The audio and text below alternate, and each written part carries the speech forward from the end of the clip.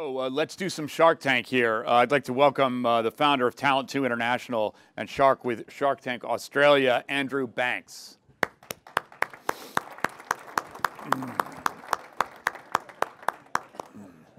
Hello, hello. So nice to meet you.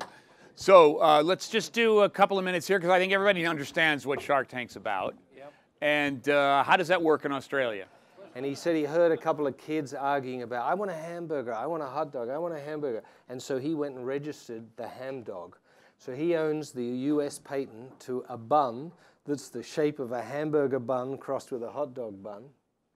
And he has no idea how to sell it. So he offers the sharks 25% for $1. And all the other sharks, of course, look at him and think he's a loony bin, and I do too. But I said, I tell you what, it's a crazy idea, but I have a granddaughter. I live in California most of the time, and I have a granddaughter, and I heard her arguing about the same thing with a friend. So I offered him $2 for 50%. And right now I have the largest US bakery seriously marketing it to 3 fast food chains. So as a return on investment, that could be the big one. That could be the big one. The ham dog, guys. Ham dog, go ham dog.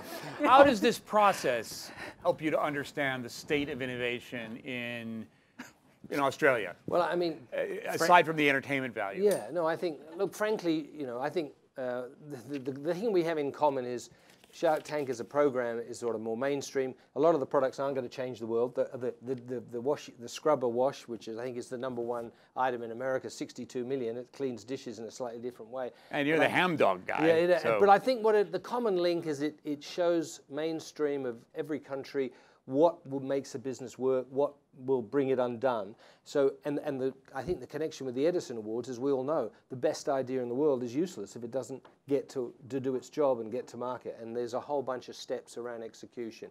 So I think the common link is about, on the show we get sort of 7 pitches for each episode. They cut it down to about 35, 40 minutes.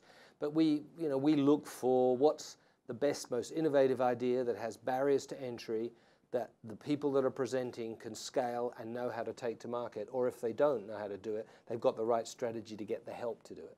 And I think that's the quick decision you make on a show like that. And sometimes you get it right and sometimes you don't. Distinguish these two ideas here, because the baseball idea is for a very narrow segment of the broad consumer market in a space that is big. I mean, baseball is a big space, and they've got a clear, coherent advantage, but I wouldn't necessarily call it a big functionality breakthrough, versus what I would call a functionality breakthrough that's really great and a really interesting package that has a huge market, and the scaling issue, as you've said, is quite frankly, I mean, you guys all have smiles on your face. I think your scaling issue is terrifying. Yeah. So we distinguish these two.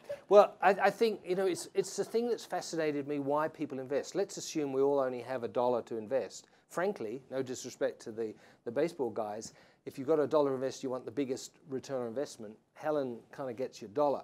But the world doesn't work that way. People are passionate about baseball and other things, and so money finds its way to those kind of markets and niche products. It's more niche. I would do a license deal with those guys. I think they're more in love with the sport that they invented it for than actually being in business. I think Helen's in love with being in business, and she just happens to have invented a great projector.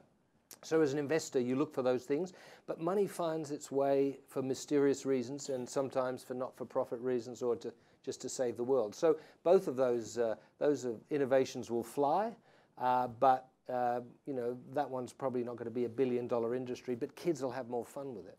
If you were a master of the universe, which of course you are, would you be more likely to buy a company? Yeah, I know. Well, that's so in case there's blood in the water, I don't get it on my feet.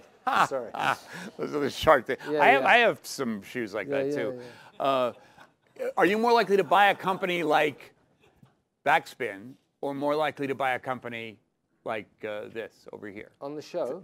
No, in real terms. In real terms. In real life. In Helen's. Right. Helen, I'm much more likely to do that. So you buy a Helen. Yeah, and I'm an investor in a company here called ABC Mouse, which is kindergarten online stuff, owner Age of Learning.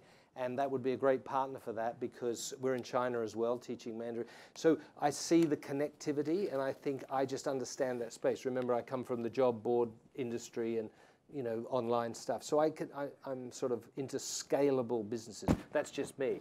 That doesn't mean, if I saw a great innovation around kids' sport, that I wouldn't do it more for fun, but it wouldn't be a purely commercial exercise. But two great examples that give a sense of the scale of innovation and how broadly it can exist in all facets of business. Andy, thanks so much. Thank you. Thank you.